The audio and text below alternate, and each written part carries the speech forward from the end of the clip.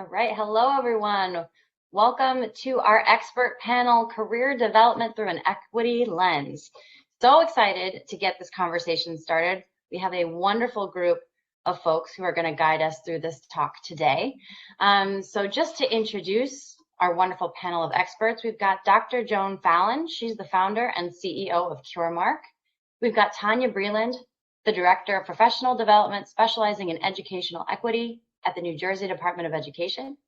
Dr. Antoinette Robertson, Senior Director of Career Management Services at Medgar Evers College. So without further ado, I want to kind of jump right into the conversation and hand it over to my colleague, Jay Benedict, who will get us started today. Jay, over to you. Awesome. Hi, everyone. Welcome to City of New York's 14th Annual MLK Service Day and to the Career Development and Equity Panel. My name is Jay, and I use the she series for my pronouns, and I am currently serving as an instructional coach. And in this role, I support AmeriCorps members build their instructional capacities, and I'm so thrilled to engage in today's timely and insightful conversation. So once again, we have Mrs. Tanya Breland here with us. We have Dr. Joan Fallon, and shortly we will have Dr. Antoinette Robertson joining us.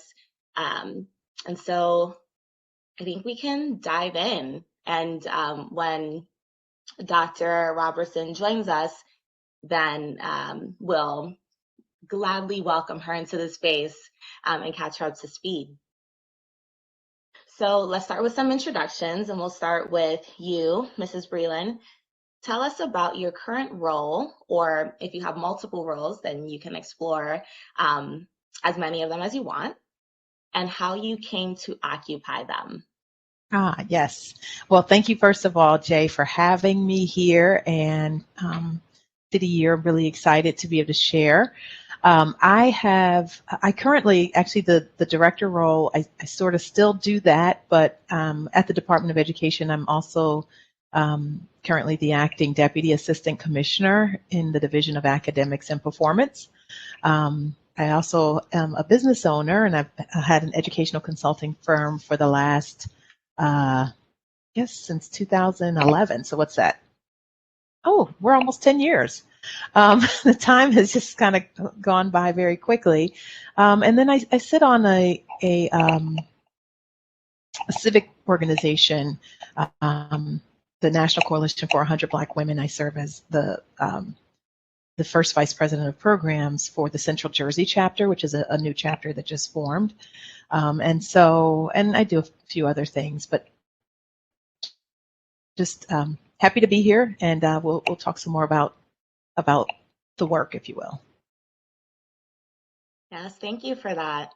And we'll transition over to Dr. Fallon. Same question. If you can talk to us about your role or roles and how you came to occupy them. So first of all, I'm honored to be part of this esteemed panel today, and happy to be here to talk about career development and equity. I am the CEO of a biotech company, and that company is working on a drug treatment for autism. And as the CEO, I am an advocate for individuals with autism, and do a lot of lecturing and speaking to organizations and companies around neurodiverse hiring. In addition, I serve on the board of the Dream School in Harlem, as well as I'm a trustee at Franklin and Marshall College and Pratt Institute here in Brooklyn. So education and talent and equity is sort of my focus in my life, even though I work in the biotech world.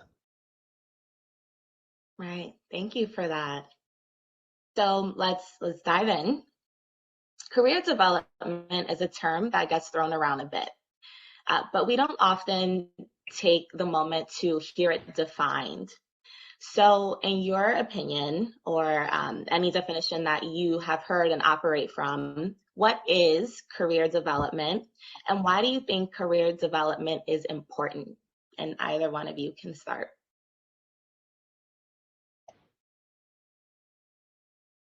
Joan, you want to start? Sure, I'd be happy to start. I think that individuals have talent. I think talent is a really important thing to look at in each individual.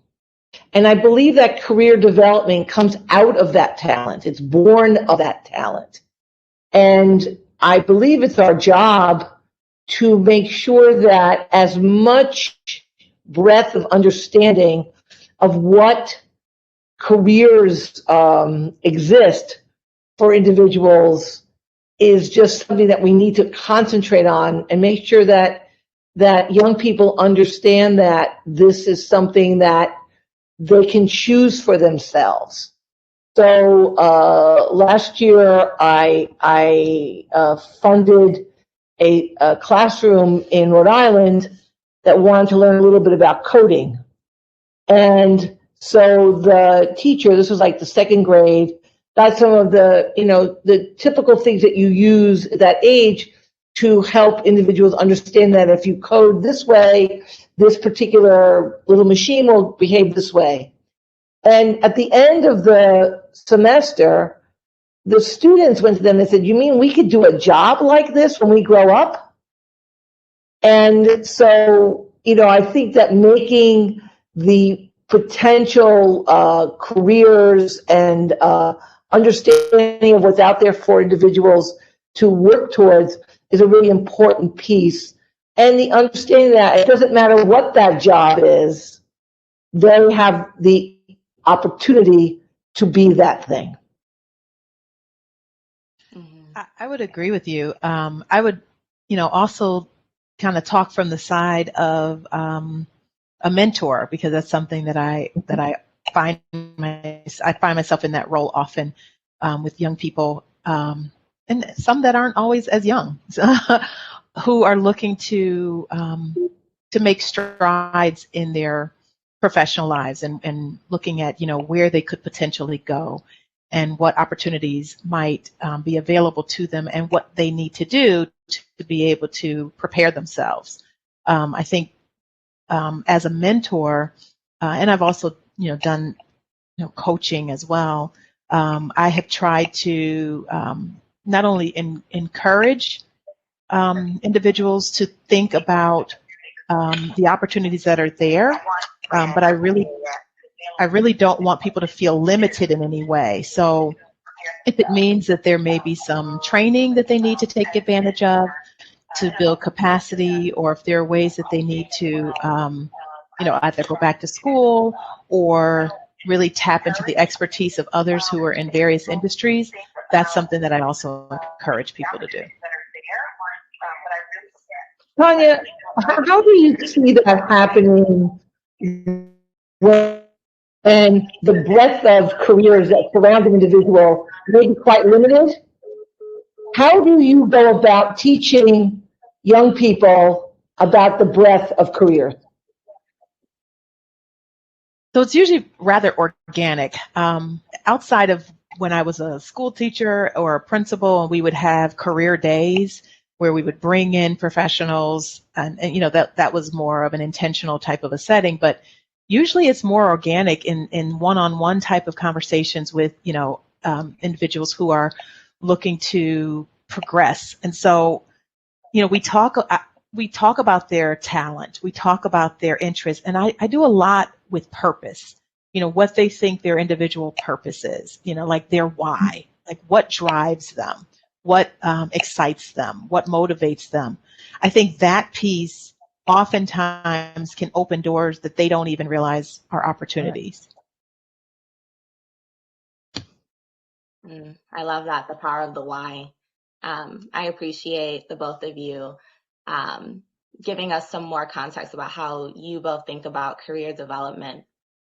And so we have Dr. Robertson here, so I want to warmly invite you into the space of knowledge and wisdom So very quickly, I just want to remind folks of who you are, and I give you the opportunity to introduce yourself. So Dr. Antoinette Robertson is the Senior Director of Career Management Services at Medgar Evers College, which is New York City's own HBCU. Fun fact, I used to live right near there, like right off the Q train and the 2 train. So excited to have you here. So please tell us more about your role or roles, if you have more than one, and how you came to occupy them. Absolutely. Can you hear me? Yes.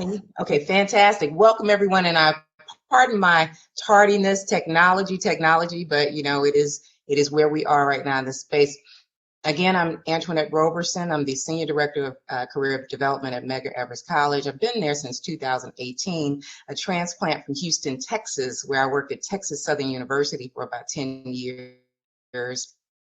And started my journey in career services at Parsons School of Design, hint, hint, right there in New York City, where I was a work study student placed in the career services office. Hadn't a clue about career services and development, but always knew that it was going to be a part of my life because of my parents. You know, my parents were educators and entrepreneurs all of my life, and they always, you know, really impacted that into my brain, that you're going to get a career, not a job.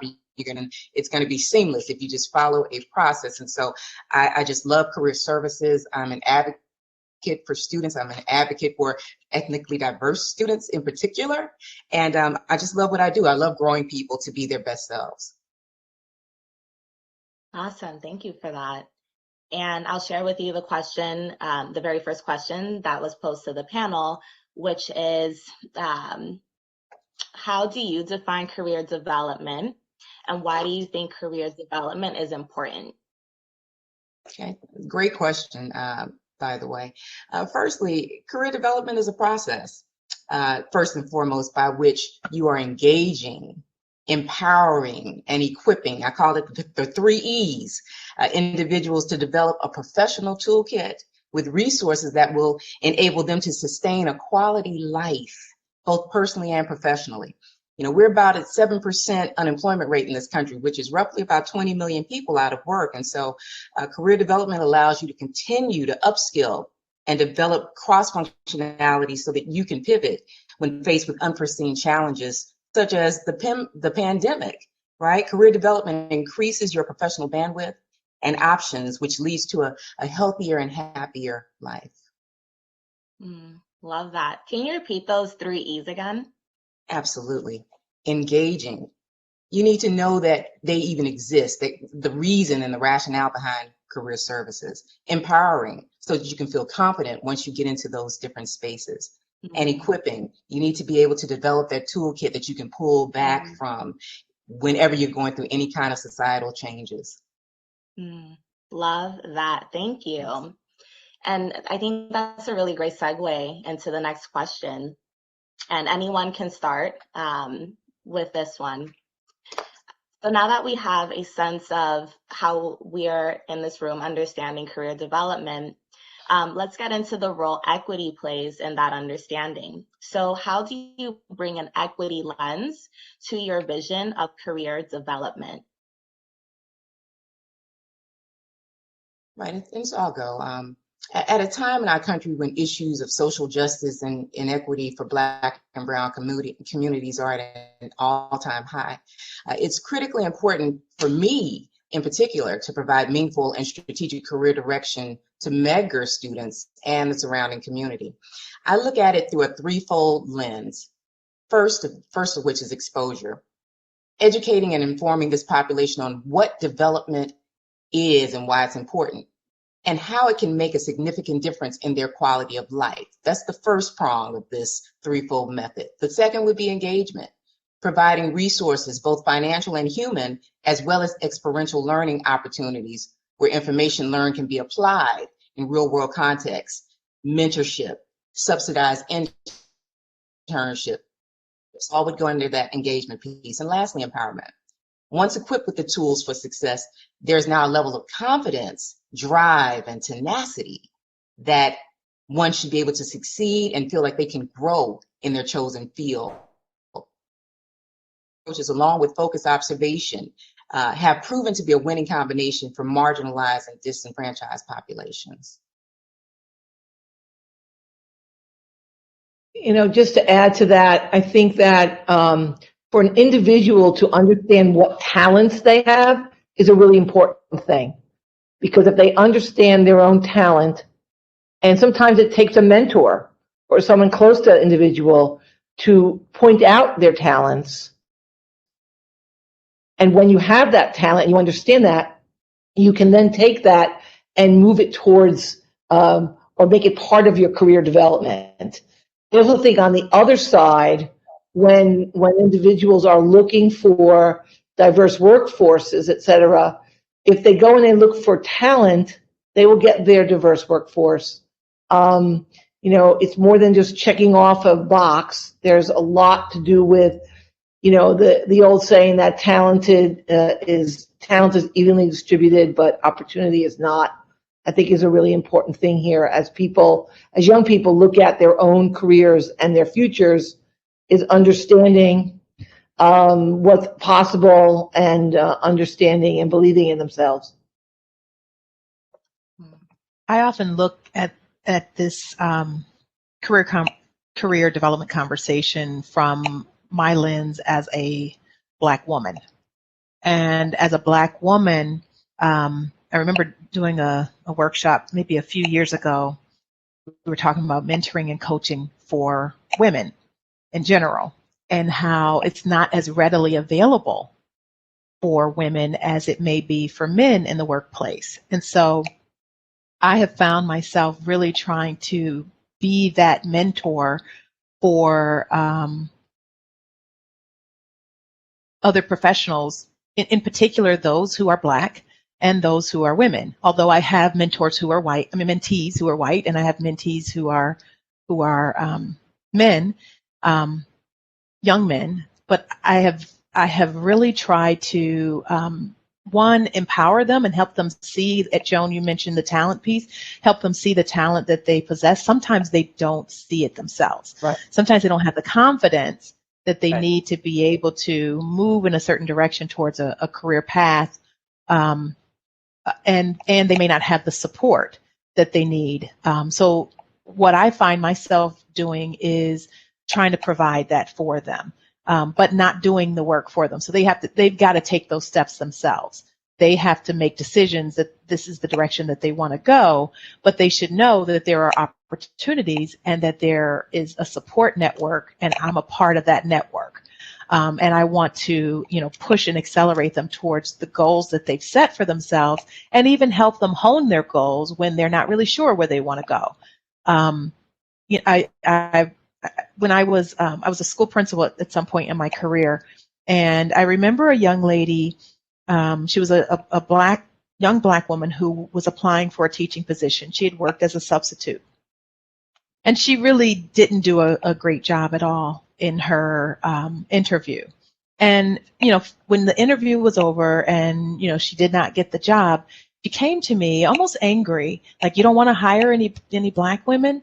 And I'm like, "That's not the issue at all." And I sat her down and really tried to help her to see the work that she didn't do to prepare herself, how she, what she can do, like, for future reference. And by the time the conversation was over, she said, "Will you mentor me?"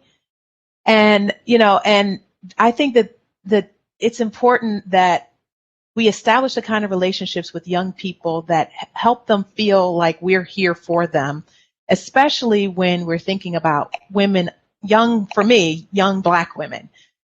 Because there aren't a lot of mentors. When I think about my career, I didn't have many mentors. In fact, I had very few.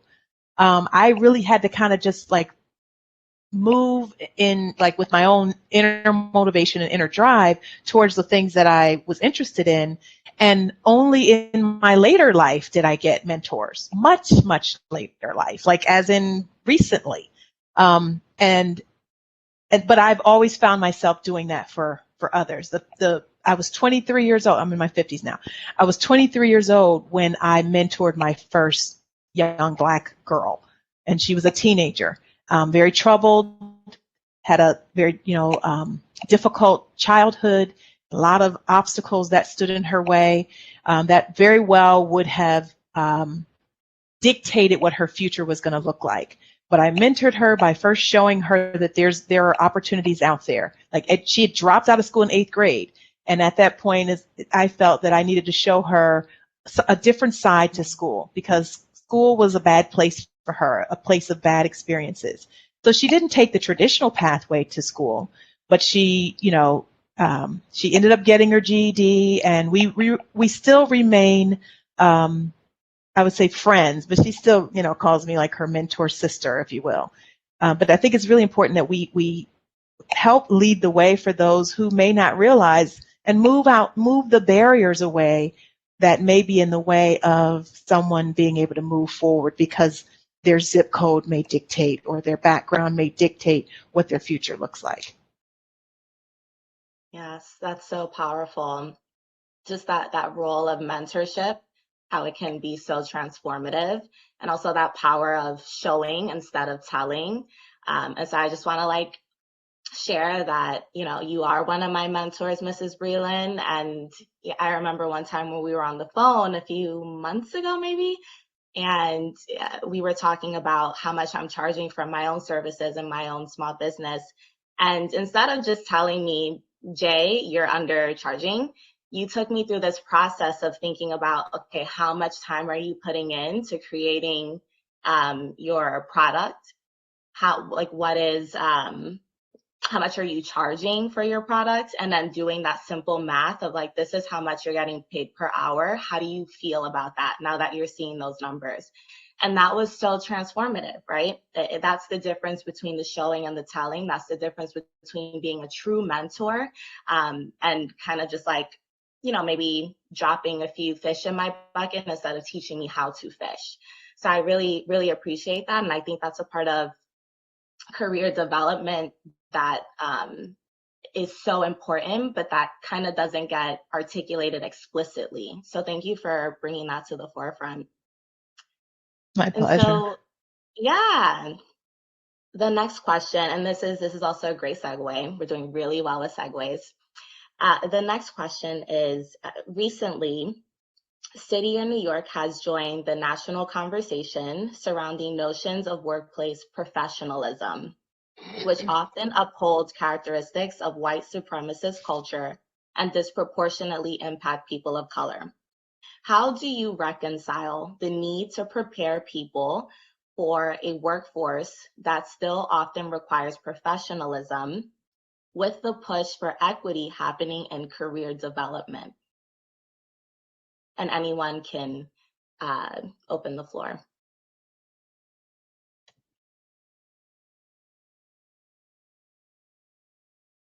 And so I think those are most certainly blended questions, and I look at them through a couple of different lenses. Let's tackle the workplace professionalism and white supremacist piece. When I think about this question, I ask myself, is it about workplace professionalism or cultural bias, right? And then I say, well, what is workplace professionalism? It is a conduct, behavior, and attitude of someone in a work or business environment. Now, if I'm being productive, if I'm taking initiative, if I'm demonstrating integrity, solving problems, etc., there has to be other mitigating factors impacting the climate. And then let's look at cultural bias in the workplace. Cultural bias can be unconscious as well as conscious. When we look at unconscious bias, we can completely be unaware that our background, previous experiences, societal stereotypes, and cultural context could directly impact the decisions we make without us even realizing it. And then again, when we look at conscious bias, such as affinity bias, we find ourselves favoring people we feel that we're similar to. Now, unchecked, unconscious and conscious bias can result in a narrow pool of candidates being hired and promoted, as well as limited creativity, diversity, and inclusivity in the workplace. Now let's look at that need for professionalism with the push for equity happening in career development. I don't think that equity and professional development, professionalism are derivatives of each other. However, a lack of professionalism in the workplace can lead to issues of inequity. Recently, a study was conducted by the National Association of Career Educators on the importance of professionalism in the workplace, where 97.5% of employers said it was either absolutely essential or essential for a new college hire's success, professionalism. So let's face it, there'll always be some level of unconscious and conscious bias. But if we continue to equip, I'll go back to my 3 E's. If we continue to equip, engage, and empower our students through the career development process, we will give them the best probability of career success. Yeah, I completely agree with all of that. And just because there's diversity does not mean there's inclusion. And while I have a small group of people in our office, we work very hard at inclusion.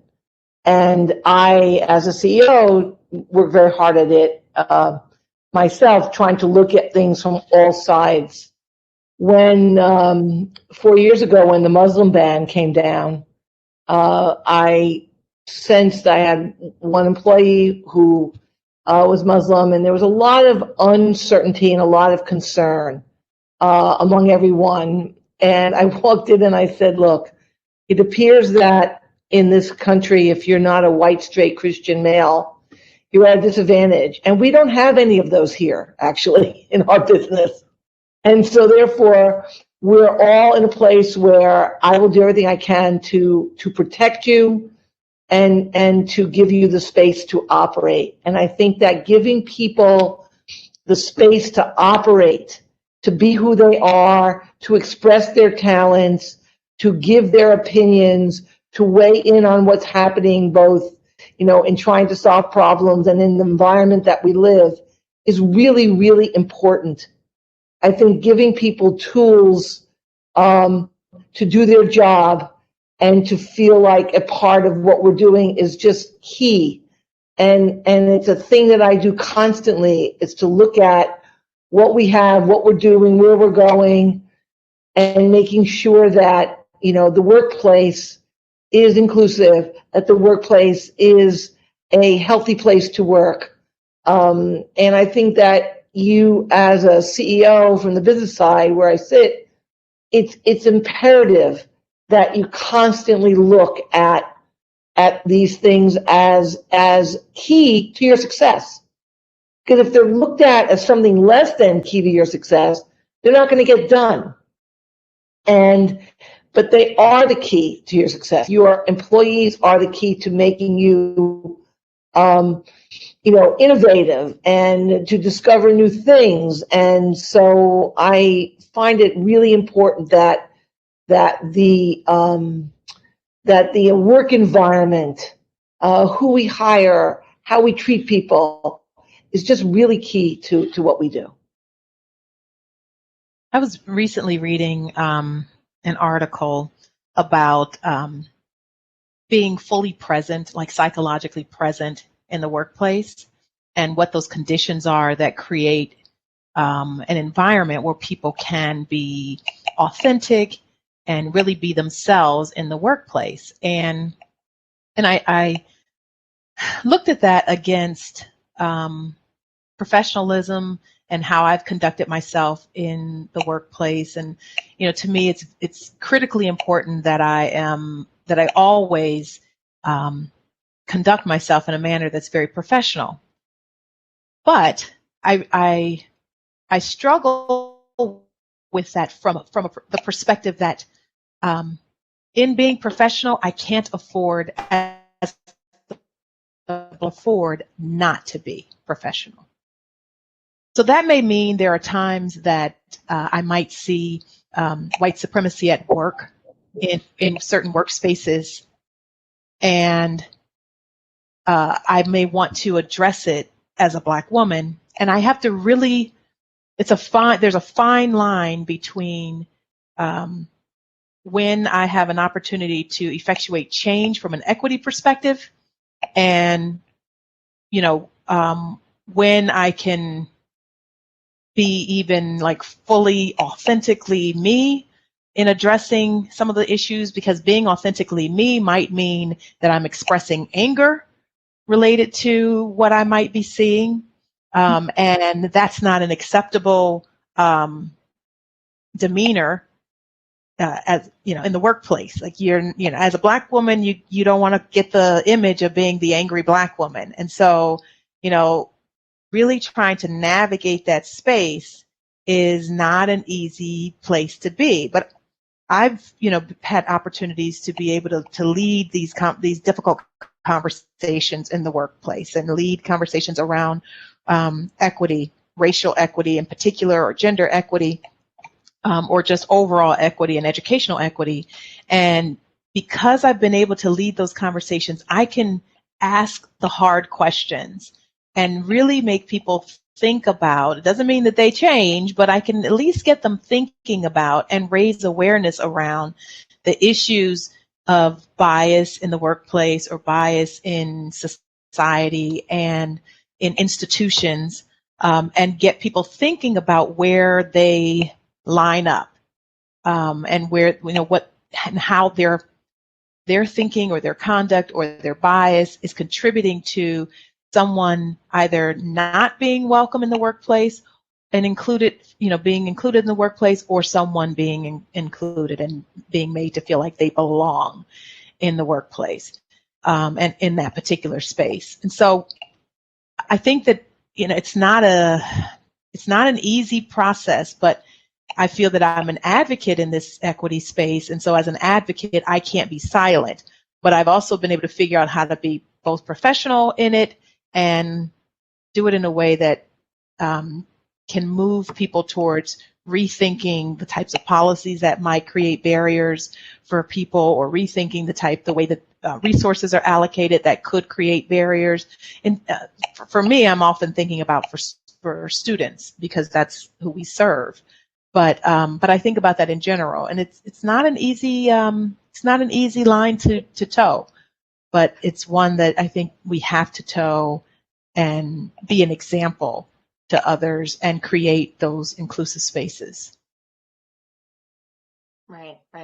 It's a journey, and it does take that level of awareness and also that comfort with being uncomfortable and maybe sometimes being unsure, but taking that risk anyway, calculated risk, right?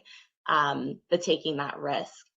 And so I'm curious as to how the experience of being in an HBCU setting for you, Mrs. Breland, and also for you, Dr. Roberson, has helped in navigating the world that we live in. Like, how did that experience, or this current experience for you, Dr. Roberson, I guess, equip you with the tools? How does it empower you? How does it help you to engage?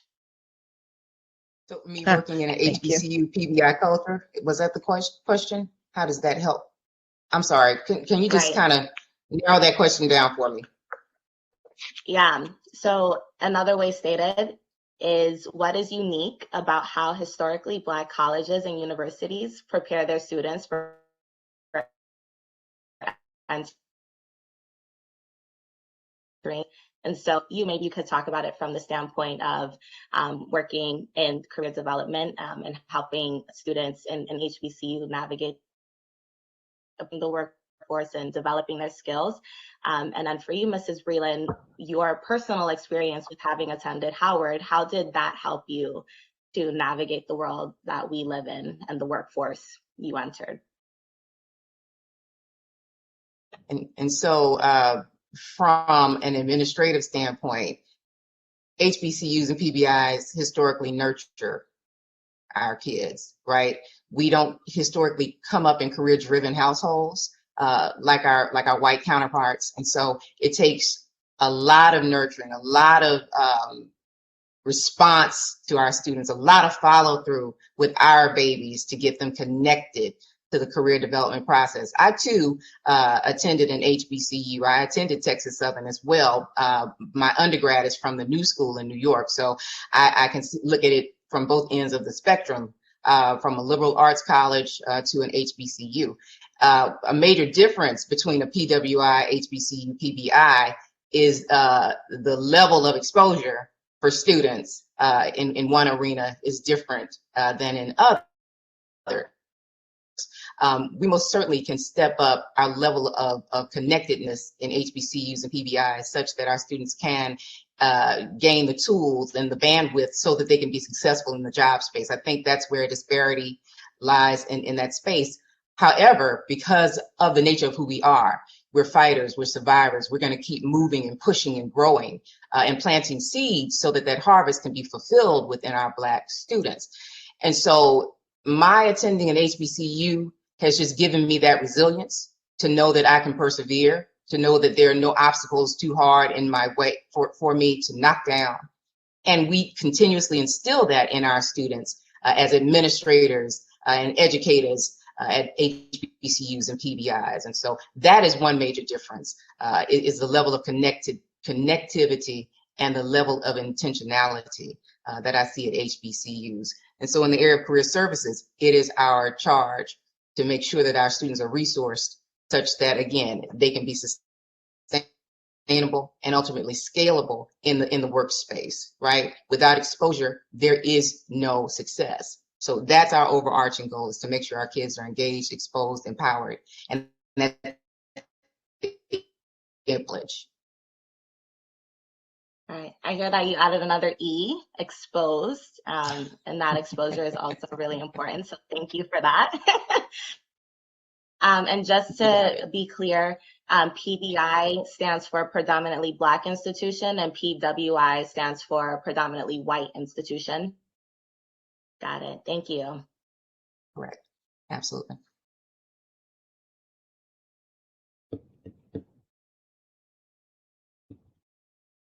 Mrs. Breland, I personally cannot hear you. I apologize. I had the mute on and didn't realize it. I said the best thing when I was silent there. No, I was just saying thanks for that question, and you made me have to go back some years to think about my experience at Howard University. But I have to say, like I was just talking to somebody just yesterday, and how much I loved my experience at Howard University. It was very empowering.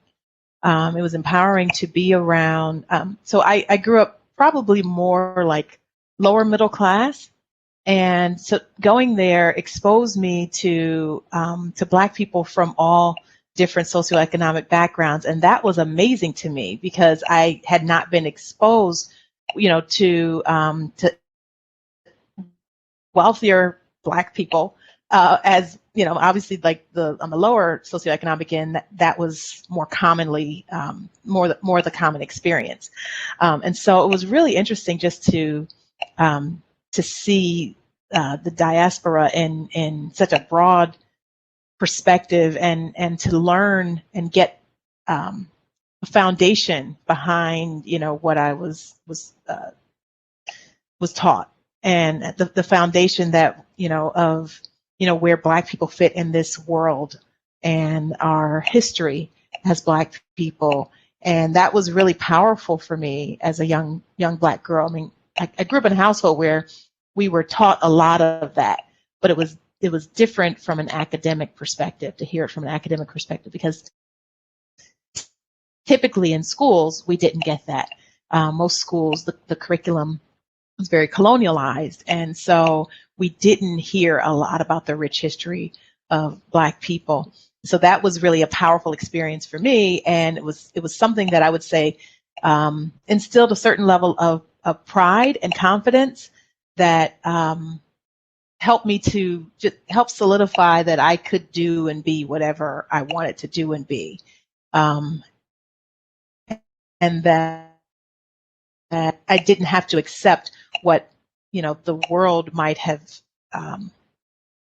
thought against me, and I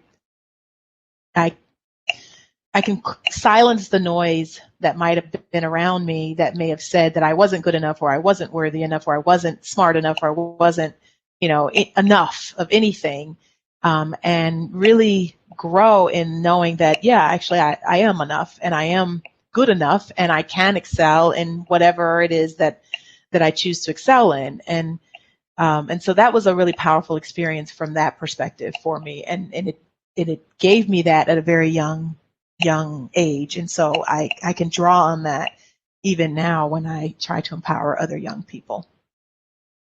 Right, right. Love that. Thank you both for sharing. And so I just want to open up the space to folks who are participating in this space.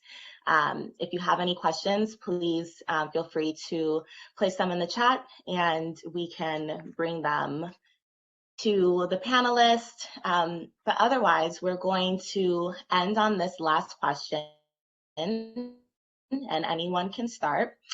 So we know that COVID-19 has impacted the way people should approach their career trajectory, right? Among many, many other things. And so I'm wondering what skills, hard or soft, should our core members in particular be highlighting coming out of such an atypical year?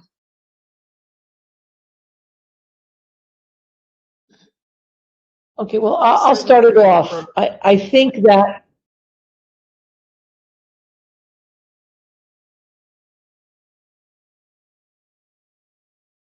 You're good, Dr. Fallon.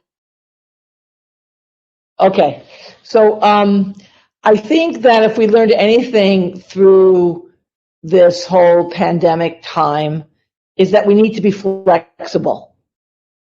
You know, ideas and concepts that we held fast were just kind of blown away.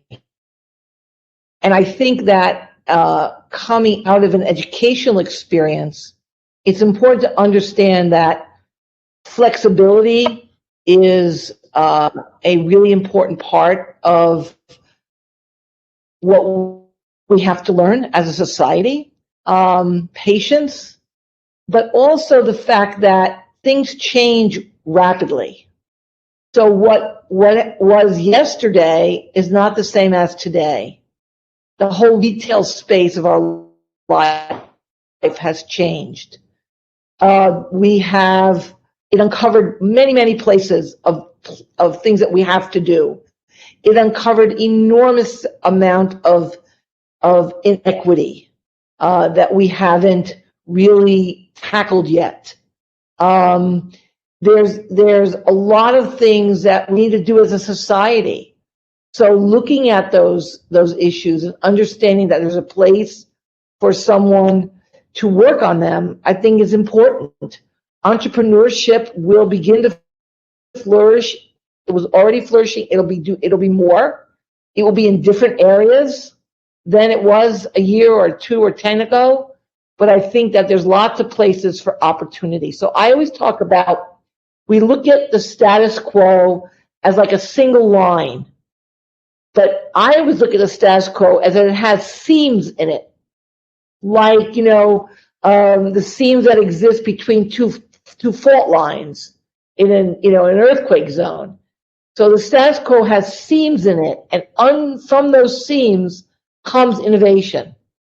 And so now that everyone recognizes that the status quo has changed, those seams are large, gaps are big, and how we actually go about tackling those gives all of our students, I think, new opportunities and new places to look for what they want to do as a career.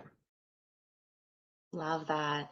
Love that. Thank you. And we're actually at time, but I do want to open up the space for another minute if Dr. Roberson or Mrs. Breland, if you wanted to add in about any skills that you think that core members should really cultivate and highlight in this atypical year. Well, just to kind of piggyback off of Dr. Fallon, COVID has definitely created fertile ground for entrepreneurship. Most certainly, the distractions have been taken away and people are really taking risks because they kind of have to. Also, upskilling to mid-skill positions where no experience is needed. That's a new one as well. A lot of companies out here are looking to fill in that gap for those workers who may have the F1 visa situation who cannot work in this country right now, to kind of fill in that gap to supply those mid-skill level positions. So those are available, and oftentimes they will train you which is something that is also uncommon, because normally they would want the CS majors, computer science, or the computer information systems majors to fill those STEM roles. But now you can be an English major. If you can critically think through problems and come up with solutions, there's a place and a space for you. So that is a major skill set that I would like to recommend core members get out to their clients on a regular and regular basis, such that students can learn to begin to navigate through this world and through its many, many challenges in these very unprecedented times. Employers are looking for the next wave of change agents who can self-start and who are brave enough to face challenges head on and come up with solutions. People who understand the importance of business intelligence and its impact on a company's productivity and sustainability are going to have a long and healthy job lifeline. And I would agree with both of my colleagues, and just add one small piece that I think that you need to be forward thinking. So, we've been very reactive in this COVID space because we've had to be, because we haven't been in a situation like this before. But we've learned a lot in this space. And so what have we learned that can help us think differently about how we approach careers and the future?